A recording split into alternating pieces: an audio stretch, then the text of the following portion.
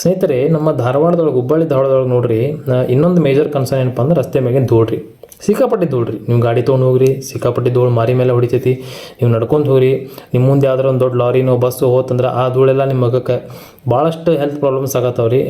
But ಇದ್ರ ಬಗ್ಗೆ ಸಂಬಂಧಪಟ್ಟ ಅಧಿಕಾರಿಗಳು, ಇಲಾಖೆಗಳು, ಸಂಬಂಧಪಟ್ಟ ಅಥಾರಿಟೀಸು ಏನದಲ್ಲ, ಸ್ವಲ್ಪ ಗಮನ ವಹಿಸ್ಬೇಕ್ರಿ. ಯಾಕಂದ್ರೆ ಸಾರ್ವಜನಿಕರಿಗೆ ಈ ಡಸ್ಟ್ ಪೊಲ್ಯೂಷನಿಂದ ಆಗ್ತಾ ಇರುವಂಥ ಸಮಸ್ಯೆ ಒಂದೆರಡಲ್ಲ, ಸಿಕ್ಕಾಪಟ್ಟೆ ಅದಾವೆ. ಸೊ ನಾ ಏನು ಕೇಳ್ಕೊಳ್ಳೋದಪ್ಪ ಅಂದ್ರೆ, ಫ್ರೆಂಡ್ಸ್, ನೀವು ನೋಡಿರಿ ಏನೆಲ್ಲ ಸಮಸ್ಯೆಗಳನ್ನು ನೀವು ಎಕ್ಸ್ಪೀರಿಯೆನ್ಸ್ ಮಾಡಿರಿ ಈ ಧೂಳಿನಿಂದಾಗಿ.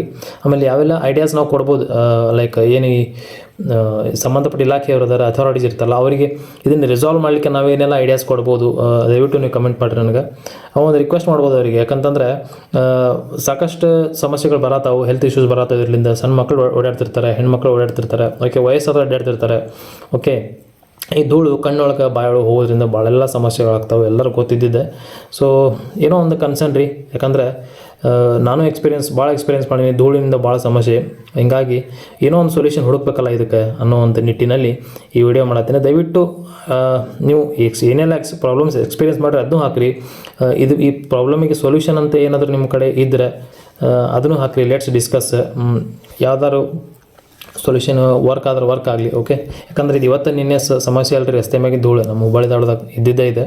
ಸೊ ಹಾಗಾಗಿ ಇಲ್ಲಿ ನಾ ಯಾರನ್ನೂ ಬ್ಲೇಮ್ ಮಾಡತ್ತಿಲ್ಲ, ಬಟ್ ಇದಕ್ಕೊಂದು ಸೊಲ್ಯೂಷನ್ ಆದಷ್ಟು ಬೇಗ ರೆಸೊಲ್ಯೂಷನ್ ಹುಡುಕ್ಬೇಕನ್ನೋ ಒಂದು ನಿಟ್ಟಿನಲ್ಲಿ ವಿಡಿಯೋ ಮಾಡತ್ತೀನಿ. Thank you so much.